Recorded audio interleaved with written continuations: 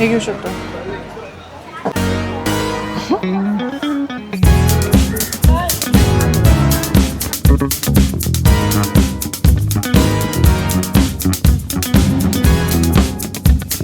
Photo काढू नका.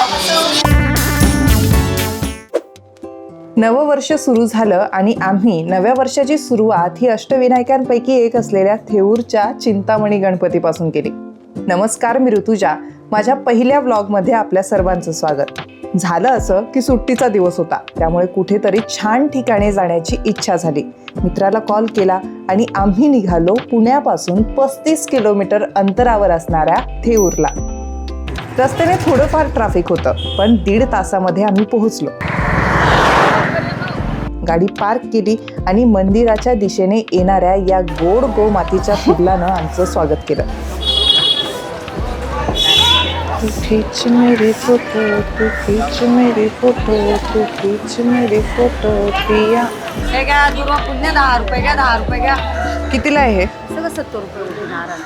50 रुपयाला आहे. 50 नाही ना, नारळ 40 रुपयाला आहे. अरे ना, पहिले येत होता, आता नारळाचे रेट वाढले. जागा आम्हाला 40 रुपयाला झालं नारळ. नारळ इथे तर वाहावं लागतं का? वाहतात नारळ. प्रसाद देऊ का? मग आम्ही वाटेत श्रीफळ फूल घेतलं आणि निघालो चिंतामणीच्या मंदिराकडे.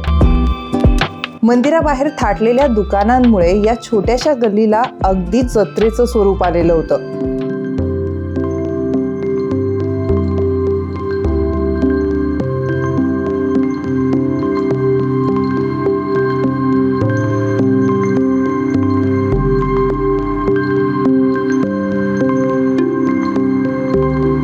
तर मित्रांनो, हे आहे चिंतामणी गणपतीचं मंदिर.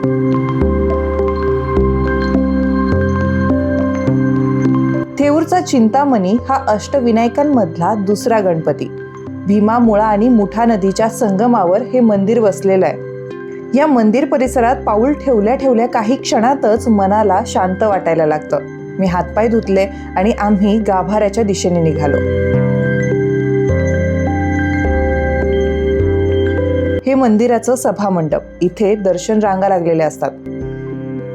आम्ही ऑड डेला आल्यामुळे इथे गर्दी कमी आहे, पण आज मनसोक्त दर्शन होणार हे नक्की आहे. बाप्पाचं दर्शन तर घ्यायचंय, पण गाभाऱ्यात कॅमेरा वापरू देतील का नाही ही मनात शंका होती आणि तसंच झालं.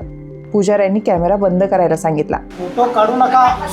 दर्शन घेऊन बाहेर आल्यावर जरा वेळ मंदिर परिसरात छोट्या छोट्या मंदिरांमध्ये दर्शन घेतलं आणि एका ठिकाणी निवांत बसलो. हा मंदिर परिसर खरंच खूप शांत आहे. विनाकारणच नाही म्हणत बरं का, की चिंतामणीच्या दर्शनानं चिंता दूर होते आणि चित्त स्थिर होतं. खरंय, असंच काहीसं आम्हालाही जाणवलंय. या मंदिराचा इतिहास आणि आख्यायिका दोन्हीही प्रचलित आहे बरं का.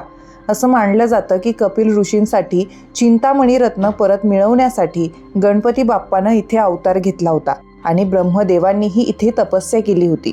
म्हणूनच इथे मनातली चिंता संपते आणि शांत वाटायला लागतं. तसेच या मंदिराचा इतिहास पण अगदी भारी आहे. हे गणपतीचं मंदिर धरानिधर महाराज देव यांनी बांधलंय. 100 वर्षानंतर पेशव्यांनी तिथे भव्य आणि आकर्षक मंदिर आणि सभागृह बांधलंय. हे मंदिर पूर्णपणे लाकडापासून बनवलेलं आहे. त्या काळी हे मंदिर बांधायला 40,000 रुपये लागले होते असं सांगतात. युरोपियांकडून पेशव्यांना पितळाच्या 2 मोठ्या घंटा मिळाल्या होत्या. त्यातली एक महाडच्या मंदिरात आहे, तर दुसरी थेऊरला आहे. वयाच्या 27व्या वर्षी माधवराव पेशव्यांना क्षयरोग झाला होता, तेव्हा त्यांना इथे आणण्यात आलं होतं. या गणपती समोरच त्यांची प्राणज्योत मालवली होती. त्यांची पत्नी रमाबाई त्यानंतर सती गेल्या, त्या इथेच. तसेच मोरया गोसावी यांनाही इथे सिद्धी प्राप्त झाल्याचंही सांगितलं जातं. असा हा सुंदर इतिहास या मंदिराचा आहे. बराच वेळ इथे बसल्यानंतर मी जरा सिक्युरिटी गार्ड बाबांसोबत गप्पा मारल्या, मंदिराची माहिती मिळवली. सोबतच थेऊर गावात अजून काय काय पाहण्यासारखं आहे असे 1-2 स्पॉट त्यांनी आम्हाला सांगितले. सायंकाळ होत असल्याने बाकीचे स्पॉट कव्हर करणं शक्य नव्हतं.